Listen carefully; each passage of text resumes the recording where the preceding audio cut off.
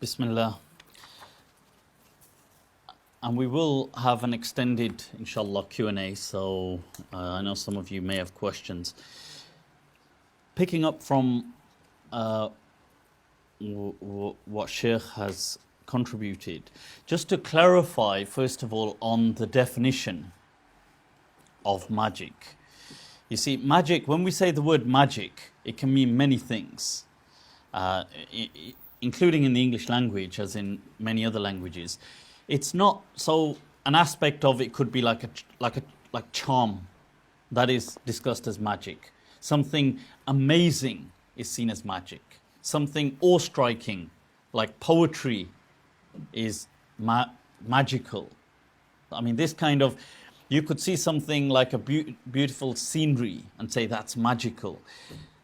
We're not discussing anything to do with that, just to clarify. This is not, in that sense, magic is not a problem.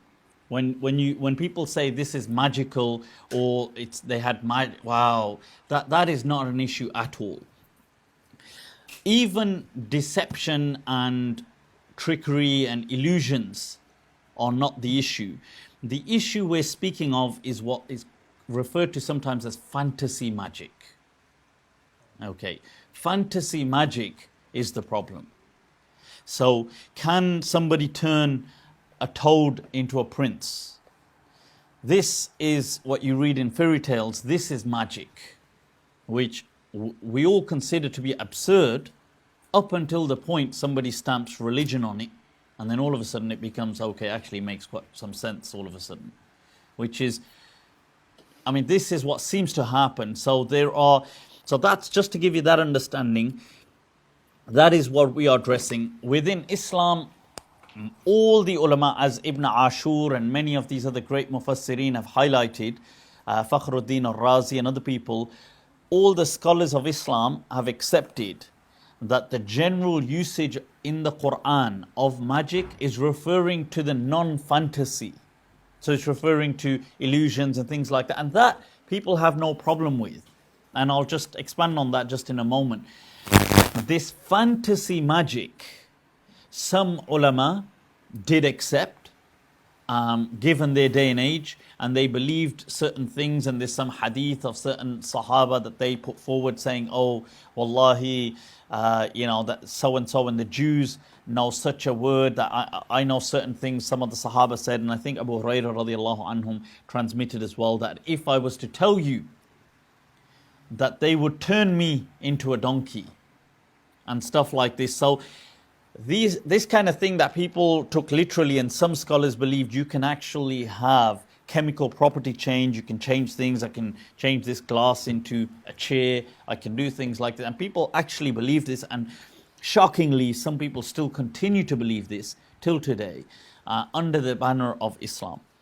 So with that thought in mind, let's just stop and understand what does the term sihr actually mean in Arabic, because when the Quran came down, what did it actually mean? The Arabs used the word sihr generally. Now the Arabs actually didn't have a culture of magic. So you find many of the Mufassirin will touch up on this, that the Arabs in the time of the Prophet Muhammad sallallahu alaihi wasallam and before him didn't have a culture of magic. And they didn't believe generally that they were magicians. They had a concept of magic. There's a difference between a culture and a concept. They had a concept that a magic is like all this wizardry and all this stuff.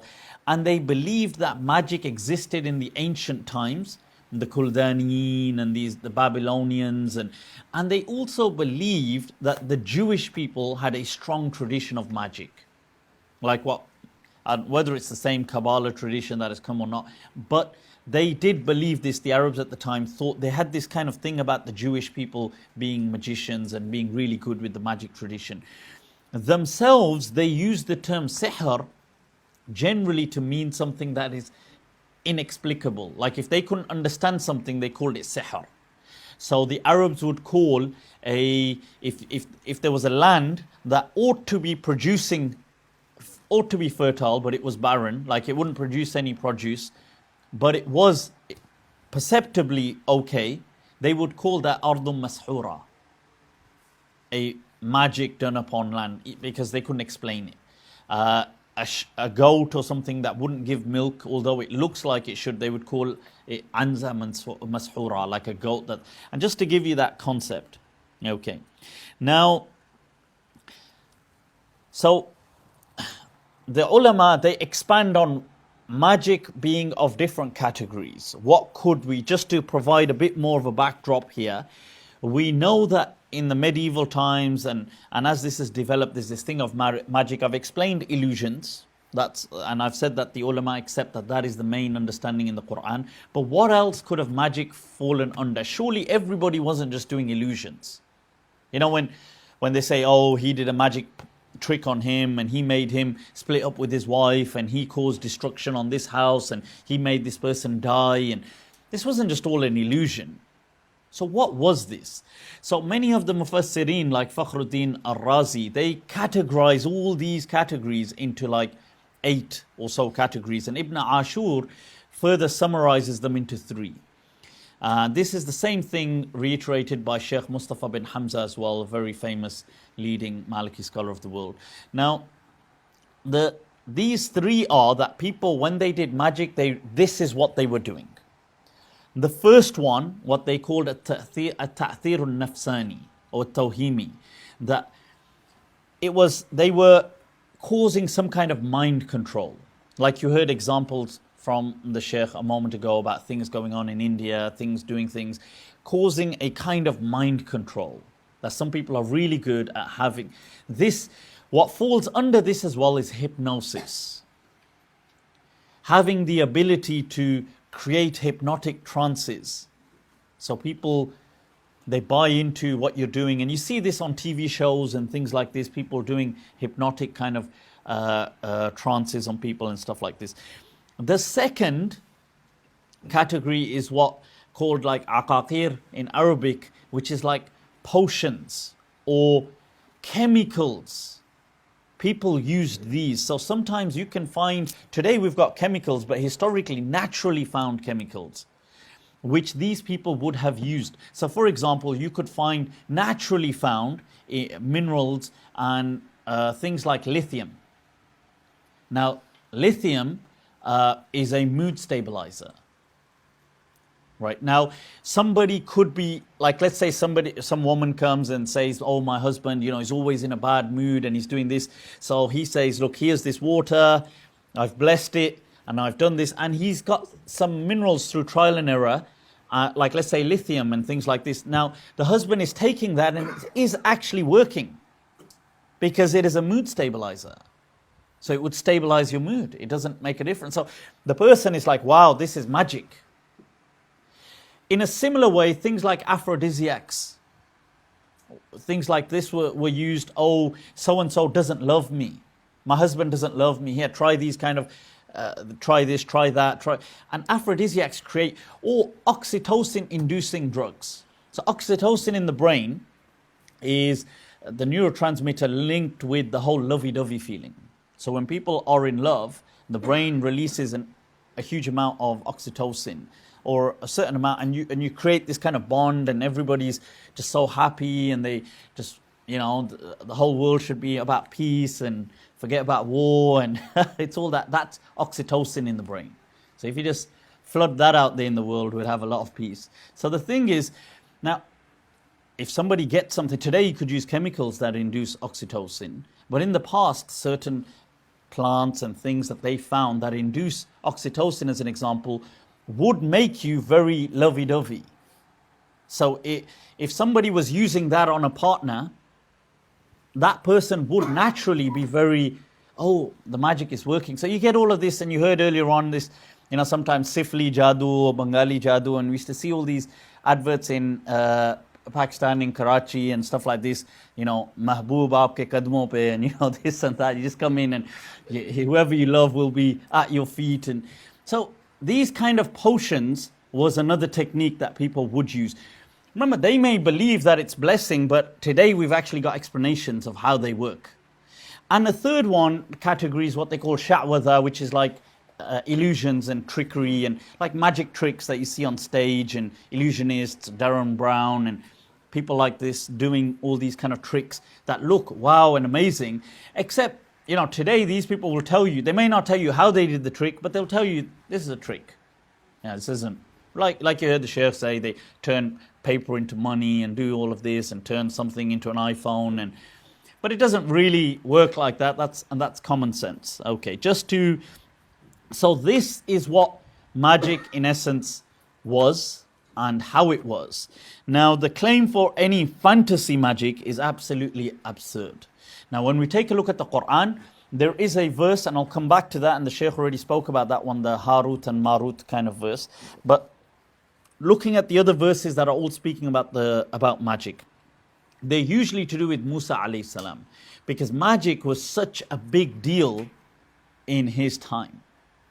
Such a big deal. It was the thing of the age, the magic. And when Musa alayhi salam addresses them, that he says that, look, all you've done this is just a kaidu sahir. So their attitude towards sihr is it's nothing. Like this is just the plot or the work of a magician. وَلَا يُفْلِحُ السَّاحِرُ حَيْثُ أَتَى. Magicians, and this doesn't mean yuflih as in success in the akhirah and stuff like this. It means like it doesn't mean anything. Like what does this even mean? Like it's nothing. That what you've kind of brought here. And you see, Allah uses the verse in the Quran that when they did, the magicians said, okay, let's have an event, let's have a showdown, clash of the titans. It's going down. So they said, we're going to have this, and Fir'aun said, call the Dawn Sahara, and they came, and the Dawn magicians, and they set a time as well. They were very specific with what time, duha. It has to be early morning. The Mufassirin write, because a lot of what they were using was things like quicksilver, which reacts to the sunlight at a particular time more strongly. And so it's interesting how they explain this. But now they have this magic thing, and they do this, and Allah mentions وَيُخَيَّلُ إِلَيْهِمْ that this is only a khayal. It doesn't really have any kind of reality to it. That يُخَيَّلُ إِلَيْهِمْ مِنْ سِحْرِهِمْ أَنَّهَا تَسْعَى. It looks like they are animated and moving. That's all. In another verse, Allah says, وَسَحَرُوا أَعْيُنَ النَّاسِ, that they did magic on the eyes of people. Once again, referring to that. But I wanted to, and Musa alayhi salam addressing this as well with this whole thing of, look at your attitude. I bring you haqiqah. I bring you, أَتَقُولُونَ لِلْحَقِّ لَمَّا جَاءَكُمْ. Is that how you treat the truth when it comes to you? That you say to it, أَسِحْرٌ هَذَا, that this is just magic. That magic meant just nonsense. Now, an interesting point here to mention is that a lot of this depends on the ominous effect, the ominous culture, that we get scared. Like when we see something, so you heard a story earlier on, people couldn't explain this, they saw, somebody, the great Indian rope trick, and they freak out. Now, it's this freaking out that plays into this culture. But this freaking out is, in a way, very human. And I think it's important that Allah mentions this in the Quran then. That they did this, فَأَوْجَسَ فِي نَفْسِهِ خِيفَةً Musa. Musa alayhi salam got afraid slightly when they did this. It wasn't that you see, some of the Mufassirin said that, maybe he got scared because people are going to start listening to them. But you see, like Fakhruddin al-Razi transmits from Hasan al-Basri that this was a tabi'i, it was a natural fear. And that's okay. Like you can be afraid. Like if you see something, it freaks you out. Rationally, you see, look, you can walk down in your house, you can know nobody else is here. And then all of a sudden, a floorboard creaks. Now you can know nobody's there. Rationally, you can know it, but you freak out. You could think, is it paranormal activity? Am I starring in episode 5 or whatever it is? The thing is, you see, it's natural. You can think like that. So this is important that Allah mentioned that to show that people will be afraid, but it was still a khayal. It didn't make it real. It was still a khayal, just to kind of highlight that. And many ulama, you heard people, the Shaykh mentioned the names of ulama, address this. Some ulama have highlighted that this was the understanding of Imam Abu Hanifa as well. That we're highlighting that there is no, it's just an illusion, nothing beyond that. There were people, obviously you've heard quotes from Ibn Hazm, Abu Ishaq al-Isfirayini.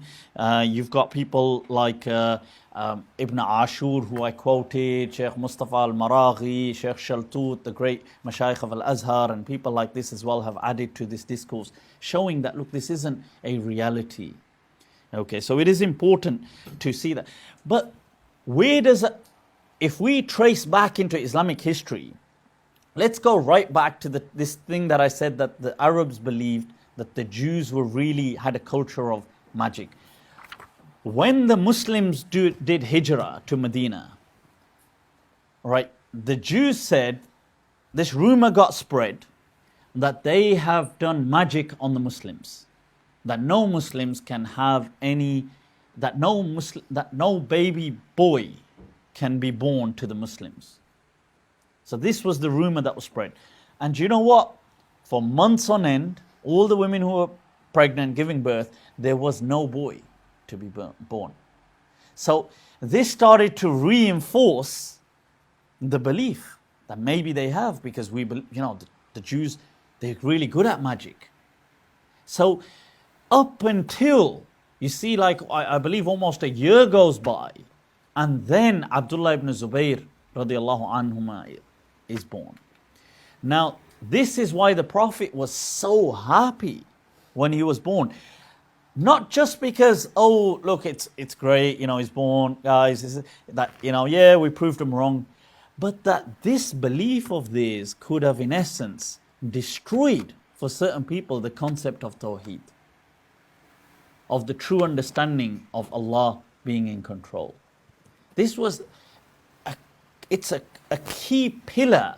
It is the pillar. Not key, it is the pillar of faith. So it's important to understand that. You heard this whole thing about magic being done on the Prophet ﷺ, and you heard Sheikh go into some good explanations on that, and giving a good background and a backdrop to that. I just wanted to add to that, first of all, this incident. This incident is narrated. The hadith is classed, as you've heard, as sahih. I mean, it is transmitted, whether it's in Bukhari and Muslim, and the riwayat of it, about this Jewish person called Labid ibn al-Asam, who apparently does this magic on the Prophet. This is what the whole thing. And this is the story. Let me tell you the story. The story is that the Prophet, from some narrations, 40 days to general, popularly 6 months, he is out of it. And the Prophet doesn't know up until the end. He's made aware that, oh, actually, this is a magic spell done onto you by Labid ibn al-Asam. Who is this Labid ibn al-Asam? We never really hear of this character again. He comes and disappears with this story pretty much. Now, he's done magic on the Prophet, and then, depending on the narrations, somebody goes to this well and they realize that in the hadith in Bukhari mentions mushtun wa mushata, there's a comb with some hair wrapped around. It's always hair. Hair is so ominous that it's always used in all of these magical tricks. In these magical kind of stories, it's always, they got some hair and scattered hair everywhere. But anyway, so there's some hair in this well, and then the Prophet, they take this out and everything's better.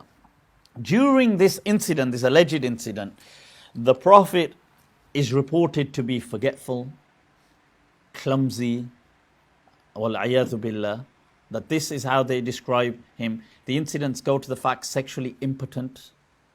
They go to the fact incredibly clumsy that he could, and forgetful that he would forge memories of sexual encounters with his wives, in saying, that he believed he did have sex, but they told him, no, you didn't. Like this, to this extent, I consider this an affront to the honor of the Prophet Muhammad sallallahu alaihi wasallam. As Muslims, it is a disgrace that this literature, that this concept is not being floated around by non-Muslims or by people, but by Muslims themselves, are prepared to compromise the honor of the Prophet Muhammad sallallahu alaihi wasallam on hurling all these insulting comments at him in the name of some kind of, oh no, but it's a hadith, and I'll get to that in how I believe this hadith has, or this concept, not the hadith, but this concept has been preserved. So this is the understanding, and you've heard the verses of the Quran when Allah says that وَقَالَ الظَّالِمُونَ, those oppressive, the tyranny of their oppression, that إِن تَتَّبِعُونَ إِلَّا رَجُلًا مَسْحُورًا, that you only follow a man who magic has been done onto. So tell me, and people will say, yeah, but that was before in Mecca. Well, if it could happen in Medina, why can't it happen in Mecca? Why is the idea so absurd? Why is Allah saying that, that look at the kind of nonsense that they're saying? Why is it so absurd? The way Allah is addressing it, قَدْ ضَلُّوا, ضَلُّوا السَّبِيلَ, that they've lost the plot. But yet, if it happened in Medina, the other thing is, how do we distinguish then between hadith, as you heard Sheikh Akram say, that the Prophet for 6 months is engaging in things? How do you differentiate between hadith, normal teachings that the Prophet was doing in this time, and magic? And people could say, well, oh no, Allah protected him during the religious parts. So it's a bit like the papacy, the Pope effect. So the Pope, according to the Catholic Church, is infallible. He's protected when he's speaking about religion only. So that's such an absurd and arbitrary statement. Because especially considering the fact that the Prophet himself in these narrations is saying apparently he didn't even know magic was done onto him. So now somebody could say, well, yeah, true, these verses of the Quran do say that, إِن تَتَّبِعُونَ إِلَّا رَجُلًا مَسْحُورًا, and Allah is condemning this. And Allah says, as you heard the verse many times, وَاللَّهُ يَعْصِمُكَ مِنَ النَّاسِ, Allah will protect you from people. Go forth, spread the... And people say, but was the Prophet protected in the Battle of Uhud? Didn't his teeth get damaged? So why didn't Allah protect him? You see, there is a distinction. Let's just clarify. There is a clear distinction between the apparent physical phenomena of this world which we can ourselves engage in. So if something is coming to me, yes, it can hit me. I know what it is. I can defend myself as well. I can do that. This I am fully conscious of. I'm engaging in my world. But if we're speaking about the unseen, which I have no idea of, I don't even know it's happening, that is absurd. Because how am I supposed? Because according to this, because according to us, the best of creation is the Prophet Muhammad sallallahu alaihi wasallam, and he doesn't even know. So فَمَا بَالُكَ بِالنَّاسِ, what do you think about the rest of us? Like, we've got no hope. If the Prophet himself cannot be saved from the unseen, we're not talking about the physical realm, because there you can defend yourself or set up mechanisms. But so this is where that statement is just absurd. And you heard that this hadith, as the Shaykh said, that it doesn't matter if it's in Sahih Bukhari or Sahih Muslim. The hadith clashes with the Quran. The hadith is unacceptable. Many ulama of Ahl Sunnah have highlighted and problematized this hadith, including, you heard Abu Bakr al-Jassas say, is min wada' al-mulhideen, or it's misconstrued. It's a misconstrued event. As you heard, some good examples actually, and I like the example about Maulana Wahiduddin's kind of comment, because I thought it gave a real life, but such a true statement of, wow, how people can mix things up. And so now I wanted to also, a good point here is, tell me, if the Prophet could say in this hadith that, yes, I engaged in sexual intercourse, no, I did, and the wife saying, no, actually you didn't, then what about those testimonies that were done before the Prophet about people doing iqrar about zina? Like Ma'iz and these other kind of testimonies you have where they said, oh, I committed zina, and they're getting punished because they believe they did. But surely if the Prophet himself could believe that he did and get it wrong according to this hadith, then how can other people be held to account and they're not prophets? Where does the whole chapter of testimony go?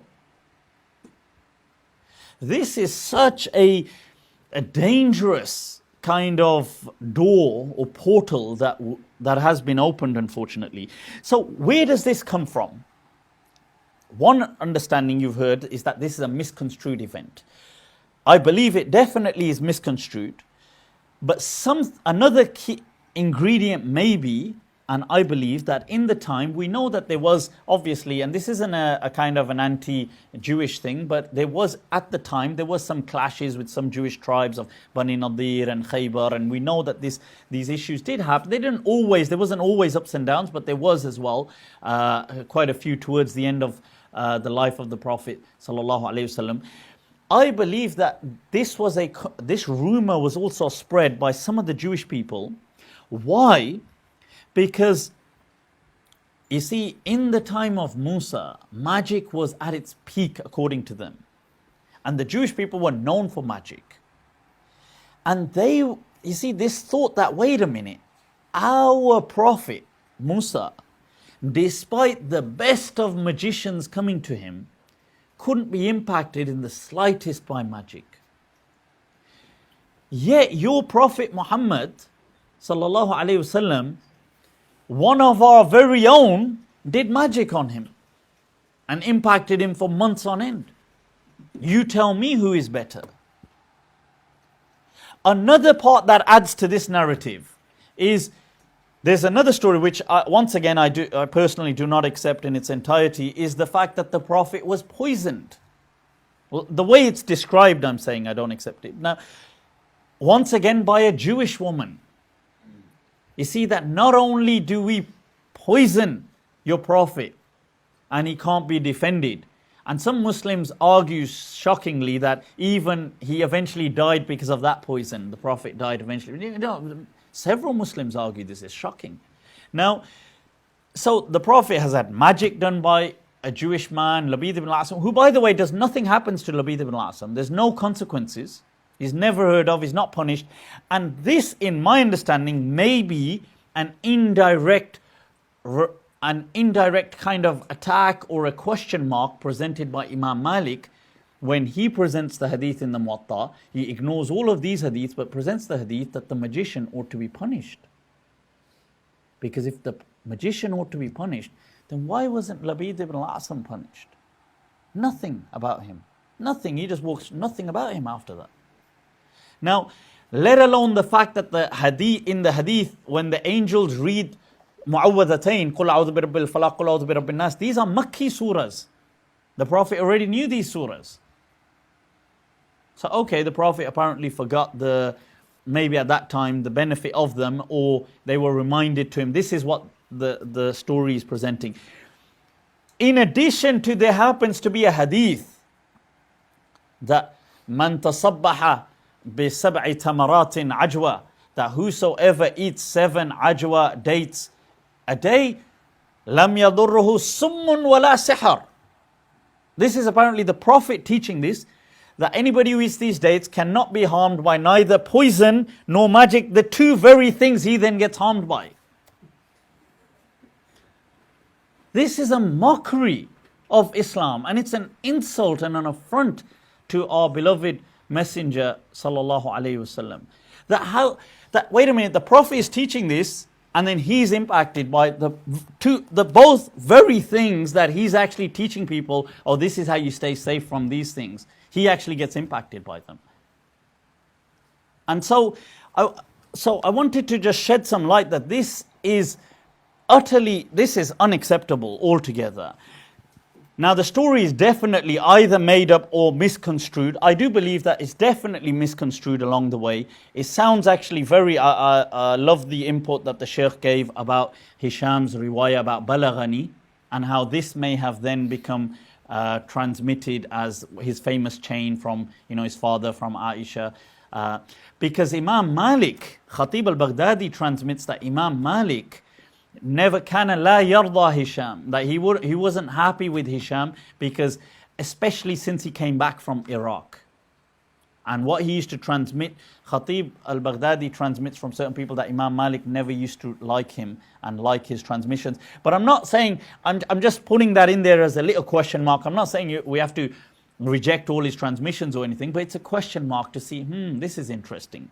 Now, so just to highlight that, I did want to say that, okay, well, people might say, okay, look, today we've heard Sheikh Akram say, you've heard other ulama, Ibn Ashur, Mustafa al-Maraghi, all these Sheikh Shaltut, the ulama of Al-Azhar, all these people saying that, look, no, magic wasn't done on the Prophet, and this is all like this. But then tell me, there were many great ulama in Islam, Ibn Hajar, Imam Nadwi, Qadi Iyad, all these great people, legends of Islam.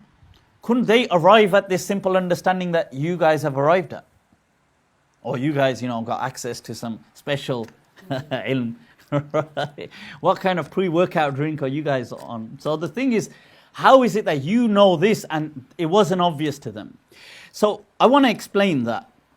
To explain that, I need you to just slightly take a step back mentally and just try to understand where I'm coming from. I want to speak about orthodoxy for a moment. What makes mainstream beliefs in Islam? And I think this would be a beautiful topic for another day as well in full detail. But what makes, because in the time of the Prophet Muhammad sallallahu alaihi wasallam, we didn't have a list of beliefs.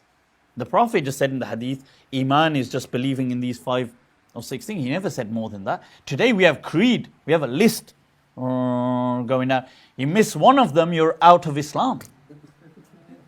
In the time of the Sahaba, there wasn't a list. There wasn't, like if you went to Umar ibn al-Khattab and said, what are Muslims supposed to believe in? Yeah, they'll say believe in Allah, His Messenger. As in the hadith, His books, an afterlife, that Allah is absolutely in control, things like that. That's it.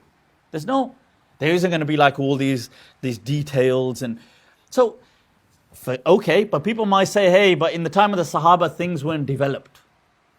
Fine. Okay, let's move on. Tabi'een. Okay, hadith start to get documented. Let's move on again. Atba'u tabi'een, time of Imam Malik. Are things documented now? Imam Malik, from him transmitted as volumes, 5 volumes of the Mudawwana dealing with all masail. Buying, selling, marriage, divorce, speaking about sectarian things, Khawarij, Shia, Mu'tazila, this. Does he have a belief system? No. Did Imam Malik ever teach you what Muslims ought to believe as a belief? No. They don't have it. Did Imam Abu Hanifa?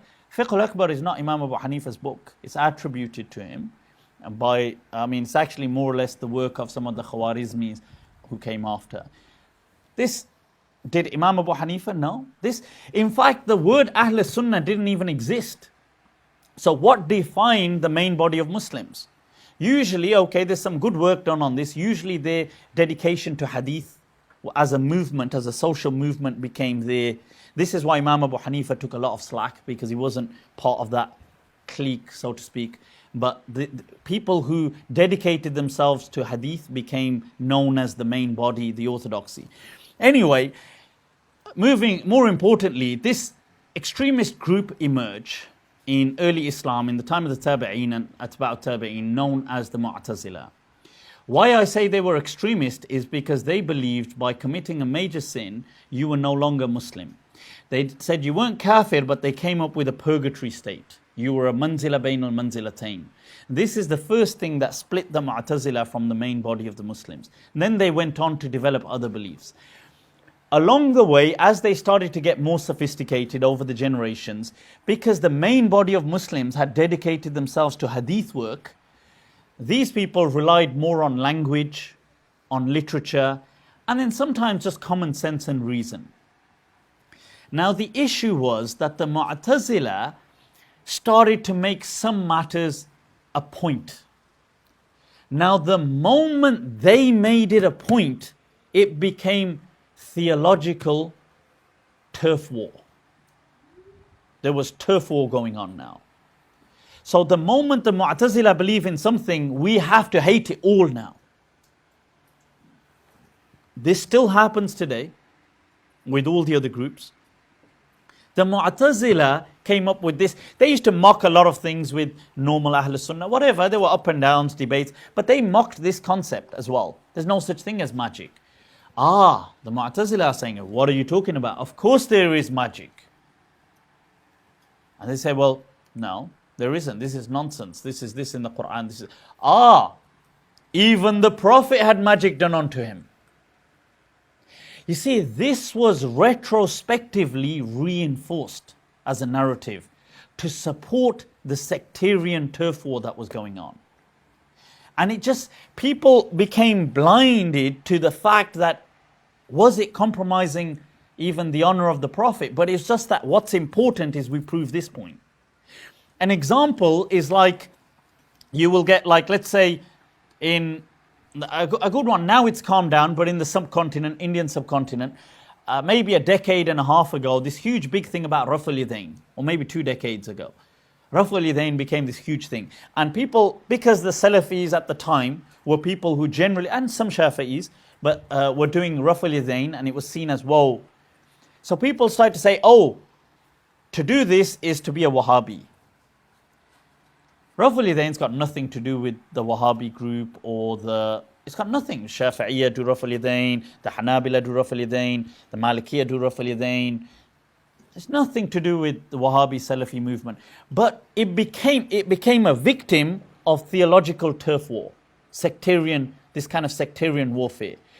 So now people started to hate, Raf' al-Yadayn. Do you know why people did Raf' al-Yadayn? Because in the time of the Prophet, the munafiqeen used to hide these little statues in their armpits like this, and they used to take them to the masjid so they could keep their gods close to them. And so the Prophet found out and said, do Raf' al-Yadayn, they're going to fall out.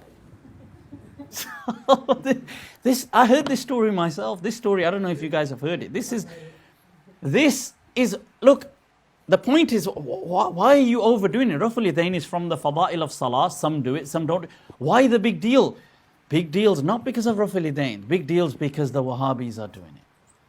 So we have to be different. We have to attack another good example, 3 talaqs. Let's take the 3 talaq as an example. Now the 3 talaqs in one majlis, a minority opinion, but it's existed in every madhab. Every single madhab has had this view. Starting even the Hanafis, with Al-Razi, Abu Bakr Al-Razi and other people. And you've got, Muhammad ibn al-Maqatil Al-Razi, and you've got in the Malikiyya, several people said it, the Shafi'iyya, the Hanabila, every madhab said it. Okay, may not have been the popular view, but every madhab said it. But because the Salafiyya made it their view, the Wahhabis made it their view, now all hell will break loose. So now, oh my God, this is zina. This is the worst kind of zina. This is this. Your house will be cursed. Do not accept. And I get the amount of cases, I'm sure Sheikh gets tons of cases. The amount of people that speak to me about this, and they're so guilty, like, I want this relationship to be saved, but I can't because, I've said talaq 3 times and, they've told me this is the worst kind of zina, this is like this, and I've got to do halala. This is another industry that opens off here. A semi-adult industry that kind of comes off from this. But the thing is, now, so this, why all this harshness against the 3 talaqs? Is it because of fiqh mas'ala? No, because of the sectarian. A good example, mut'ah with the Shia, or wiping over the feet or the socks. Same thing. Mut'ah in itself is a fiqhi debate in essence. I mean, generally, most ulama will believe it to be haram, some may not. But it was, in essence, something to do with fiqh, to do with marriages. It wasn't to do with aqeedah. In fact, it was the understanding of Ibn Abbas, Imran ibn Hussein, and I think Jabir al-Bajali, and other kind of people from the Salaf. But what was, the moment the Shia had it, it now became a sectarian matter. So you have to destroy the hell out of that argument. And you have to be as harsh as you can. And the same thing happened with magic and jinn possessions and all this kind of stuff. Because the Mu'tazila held a stance. Ahl Sunnah retrospectively re-engineered our narrative to fall in line with this, to just bash them, to hate on them. Ahl Sunnah were generally, early days, very proud of reason. But the moment Mu'tazila start to use it, they start to bash on reason and say, none of this makes any sense. So these were the key things that I wanted to kind of address. This incident of Harut and Marut that is used in the Quran, once again, just bringing it to that, Allah mentions that what was revealed ala malakain, right? And this is generally understood as angels, and according to Ibn Abbas's reading, malikain, the two kings. And this is what many of the Mufassirin say is Sahih al-Ma'na. This is what the meaning is, that these were two very pious people in Babylon, that they were so pious that they were seen as angels. So people perceived them as angels, and that's why they're read as angels. These were not actual, according to this understanding, they were not actual angels that came down and were sent to kind of teach people and became these kind of stars in the sky or whatever. This kind of story that circulated is nonsense. They were these two people that were teaching people. What were they teaching? Those categories of magic that I said, like of what is hypnosis, what is mind control, what is this, maybe these kind of chemical inducing things, maybe stuff. But they were telling people, look, listen. And people were saying, wow, you are something else. Because what is Clarke's third famous law, the popular thing, that any sufficiently advanced technology is indistinguishable from magic. Any sufficiently advanced technology is always indistinguishable from magic.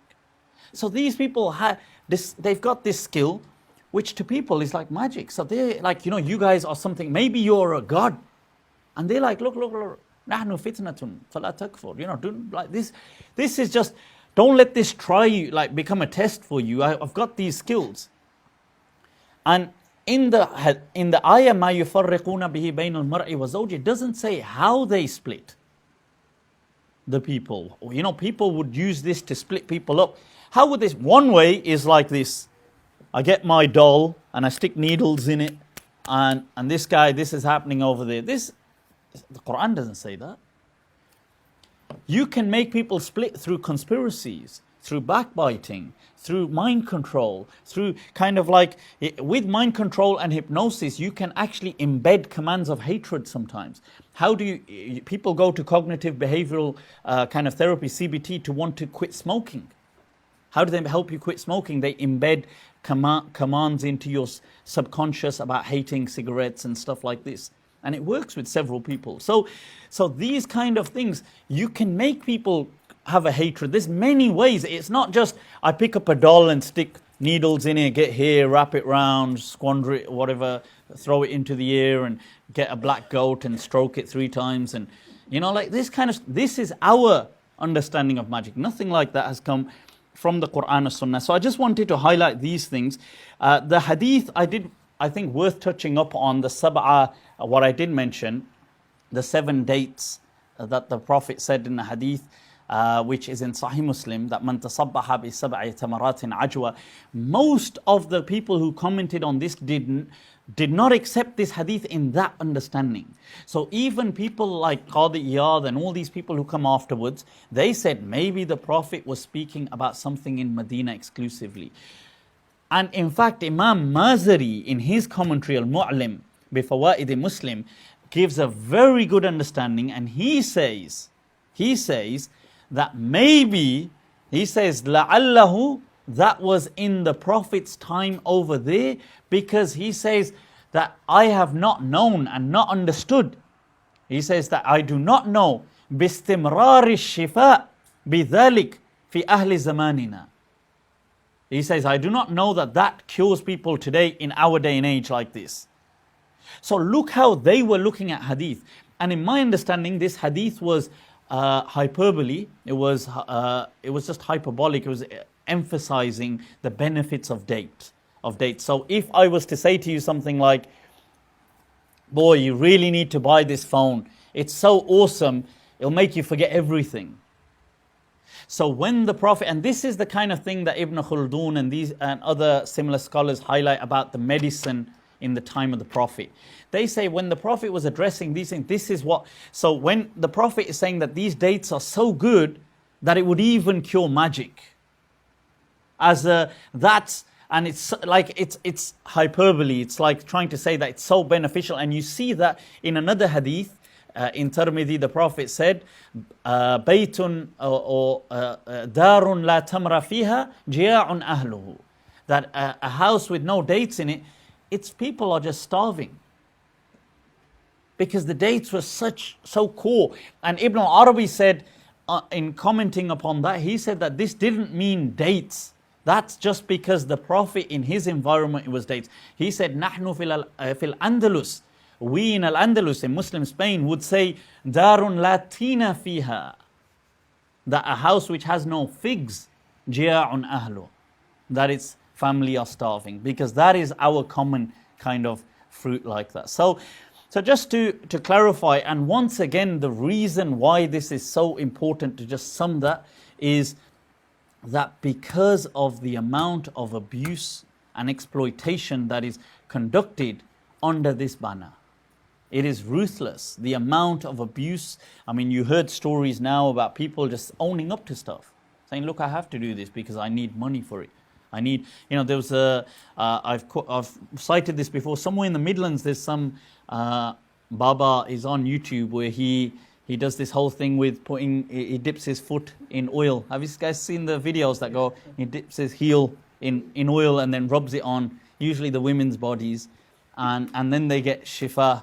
And it's on YouTube, and they charge ridiculous money, and they charge, and even when you look at the guy, okay, I'm being judgmental, but I mean, I don't know the person, but I would really doubt that they have any understanding of Islam that goes beyond very superficial.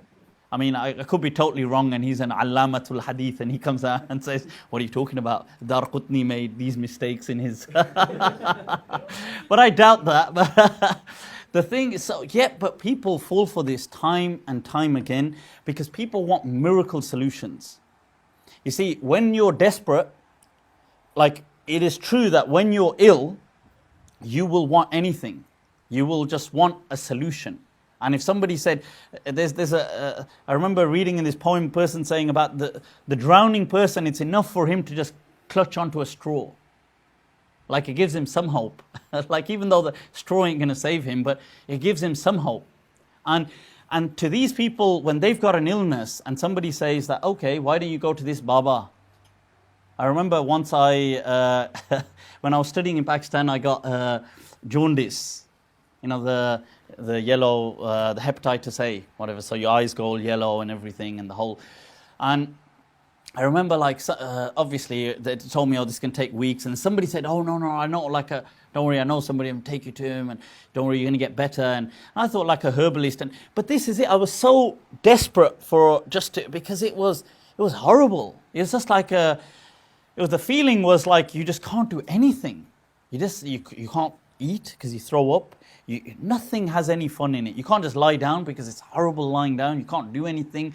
It's so I said, okay, just take me anyway. Make this finish. And they took me to this guy, and when I thought the guy was going to give me some herbs and stuff, and maybe, you never know, like maybe they've got some. He was one of these kind of babas that they'd taken me to, and he had this thing, and I thought he was going to give me that herb. He had this kind of herb and everything in this pot, and he goes, no, he's like, and he did this kind of chamba on me, and this kind of like dum, and I was like, it's all right, man, just take me back. And so but people, when you're desperate, you want a solution, and this is where this market then opens up to people, and it's done under the name of Allah and His Messenger, and this is why it's an affront, and it's a duty, I feel, to kind of clarify these things, and the solution is to seek two things. One, to seek proper help from either your social network or from, if it's a health issue or whatever it is, or if it's an economic issue or if it's a relationship issue. The reason you've gone bankrupt isn't because somebody's done ta'weez on you. Because then, like the Sheikh said, come on, seriously, in this digital day and age, how difficult is it to just add a few zeros to your bank account? Come on, that's got to be easy. Like, people could say in the past, okay, transporting gold to the other parts of the world, but this day and age, come on, if you're such a jinn with, a jinn don with like 30,000 jinn, or you've got all these kind of, to just say, listen, just add a few zeros to my bank account. But it doesn't, does it? Does this ever happen? You know, like countries like Pakistan, which are roaming with jinn babas and these kind of kala jadoo and stuff like that. I've said, why don't they just double and triple the country's GDP? Why does it go, look, listen, this week I've decided to take out to help the country. So this week we're going to, Pakistan's GDP just shot up. People, because Sai Baba.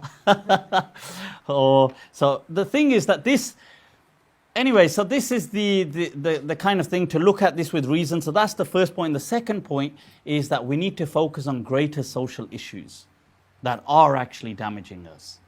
That things like general communities and the issues all going on.